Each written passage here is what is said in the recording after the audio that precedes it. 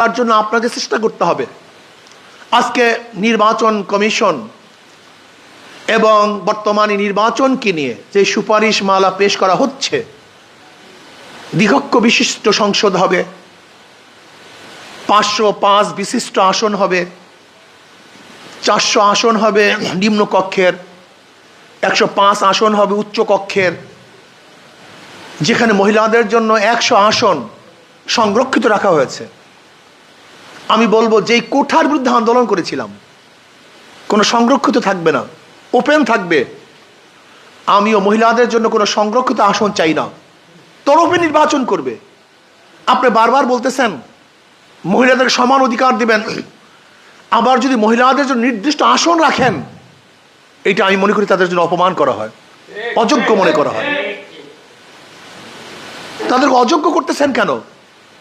তারা লড়ুক, আপনাদের ধারণা অনুযায়ী তাদেরকে লড়ার সুযোগ করে দেন। সংরক্ষিত আসন আমরা চাই না। কোনো মহিলাদের জন্য সংরক্ষিত আসন করা মানে তাদেরকে দুর্বল করা, তাদেরকে যোগ্য না মনে করা। যদি আমি যোগ্যই হই, তা আমার জন্য কেন সংরক্ষিত আসন থাকবে? আমার জন্য কেন সংরক্ষিত কোঠা থাকবে? ওপেন ভাবে তারা লড়াই করবে। যদি এই প্রস্তাব আমরা দিতাম কোনো মহিলা লড়াই করতে পারবে না আপনাদের সংবিধানে, তাহলে আপনারা প্রশ্ন তুলতে পারতেন। কিন্তু আমি কোনো মহিলাদের জন্য সংরক্ষিত আসন চাই না। ওপেন লড়াই করতে হবে, সবাই ওপেনভাবে লড়াই করবে। এরপরে আমি নির্বাচন কমিশনকে বলবো, এবং যারা সুপারিশ করতেছেন, যারা তড়ি ঘড়ি করে নির্বাচন চাচ্ছেন, সংস্কার হওয়ার আগ পর্যন্ত যদি নির্বাচন দেন, সেই নির্বাচন ব্যর্থ হবে। আবার আপনারা প্রশ্নবিদ্ধ হবেন। আজকে কিছু দল তড়ি ঘড়ি করে নির্বাচন চাচ্ছে। আপনারা কোথায় ছিলেন? 16 বছর পর্যন্ত আপনি কি করেছেন? কোথায় ছিলেন? কি আন্দোলন করেছেন? ঈদ কি আপনাদের এখনো যায় নাই? ঈদ কি আপনাদের শেষ হয় নাই? বারবার ঈদের জন্য আপনারা মানুষকে আশ্বস্ত করেছিলেন ঈদের পরেই আপনারা আন্দোলন করবেন, সংগ্রাম করবেন। বহুত ঈদ চলে গেছে, কিন্তু আমরা আন্দোলন দেখি নাই, সংগ্রাম দেখি নেই। ছাত্র জনতা আমরা হাজারো জীবনের মায়া ত্যাগ করে রাস্তায় ঝাঁপিয়ে পড়েছিলাম। অথচ দেখা যায় আমাদের রক্তের উপরে, আমাদের শ্রমের উপরে, আমাদের ত্যাগের উপরে আজকে ফ্যাসিস্ট বাংলাদেশ থেকে হটতে বাধ্য হয়েছে। অথচ দেখেছে 90 ফ্যাসিস্টরা আবার দেশকে দখল করেছে। এক চাঁদাবাজ তাড়িয়ে আবার আর এক চাঁদাবাজকে বসাবার ব্যবস্থা করতেছে। আমরা চাই লেভেল প্লেইং ফিল্ড না হওয়া পর্যন্ত যিনি নির্বাচন দেন, তা নির্বাচন প্রশ্নবিদ্ধ হবে, মানুষের ভোট অধিকার থেকে আবার বঞ্চিত হবে। আমরা চাই এমন এক নির্বাচন, যে নির্বাচন হবে গ্রহণযোগ্য নির্বাচন। সমস্ত ভোটাররা তাদের অধিকার প্রয়োগ করতে পারবে, সমস্ত ভোটাররা নির্বিঘ্নে ভোট কেন্দ্রে গিয়ে তাদের ভোট অধিকার প্রয়োগ করবে। সেখানে পেশি শক্তি থাকবে না, কালো টাকার কোনো ছায়া থাকবে না। যেখানে ভোটার আদর্শবান, নীতিবান, চরিত্রবান, তাদের মনের মতো মানুষকে ভোট দিতে পারবে, এরকম পরিবেশ আমরা চাই। আমরা সংস্কার চাই। যেই সমস্ত প্রতিষ্ঠানগুলি বিগত সরকারগুলি ধ্বংস করে ফেলছে, কোনো প্রতিষ্ঠান আর বাকি নাই ধ্বংসের থেকে। সমস্ত প্রতিষ্ঠানগুলি ধ্বংস করে ফেলছে। আজকে বিচার বিভাগের স্বাধীনতা চাই। আমরা কি দেখেছি? আগেকার বিচার বিভাগ যখন ছিল, তখন কেউ তো জামিনও পায় নাই, খালাসও পায় নাই।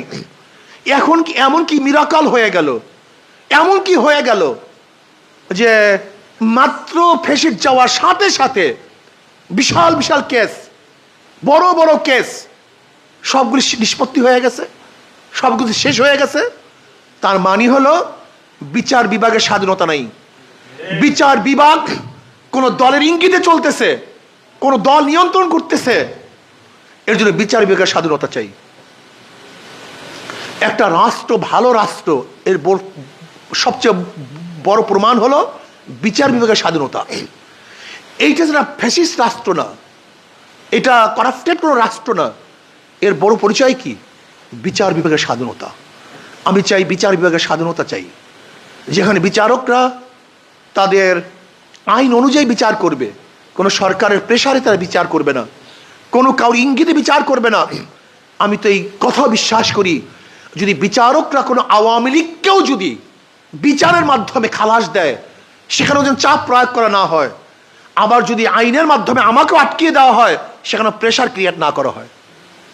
আমি তো বিচার বিভাগের এরকম স্বাধীনতা চাই, যেখানে বিচার বিভাগ বিচার করতে গিয়ে রায় লিখতে গিয়ে তার মনের মধ্যে ভীতি সৃষ্টি না হয় যে আমার চাকরি থাকবে কি থাকবে না, আমার পদোন্নতি হবে কি হবে না।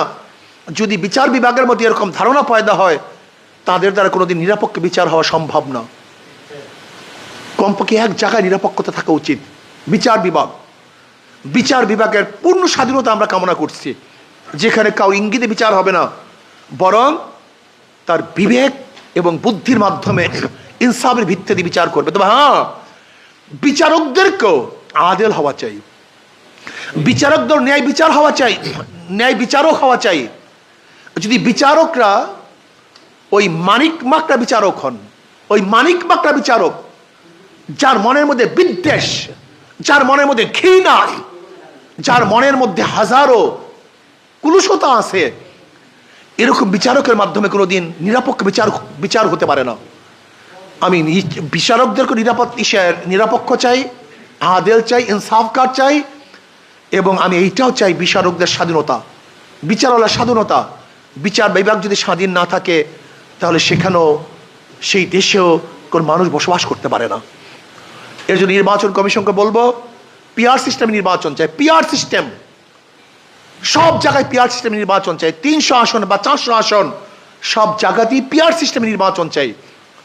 যদি পিআর সিস্টেমে নির্বাচন না হয়, তাহলে কোনো অবস্থাতেই আপনি পেশি শক্তির ব্যবহার এবং কালো টাকার সরাসরি বন্ধ করতে পারবেন না। এর জন্য পিআর সিস্টেমে নির্বাচন হতে হবে। মার্কায় ভোট দিবে, কোনো ব্যক্তিকে নয়। যেই মার্কা যত পার্সেন্টেজ ভোট পাবে, সেই অনুযায়ী তাদের প্রতিনিধি সংসদে যাবে।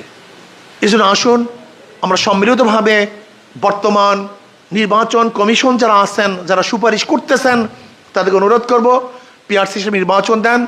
এবং কোনো মহিলাদের জন্য সংরক্ষিত আসন আমরা চাই না, তারা ওপেন নির্বাচন করবে। যদি তাদেরকে সংরক্ষিত আসন দেন, তাহলে আমি মনে করি এইটাও কোঠা, যে কোঠার বিরুদ্ধে আমরা আন্দোলন করেছিলাম, এইটা আমরা চাই না। এবং যদি সংরক্ষিত আসন হয়, তাহলে এইটা মহিলাদেরকে অপমান করা হয়। কাজে আল্লাহ আমাকে এবং আমাদের সবাইকে ইসলাম, দেশ, মানবতার কল্যাণে কাজ করার তৌফিক দান করেন।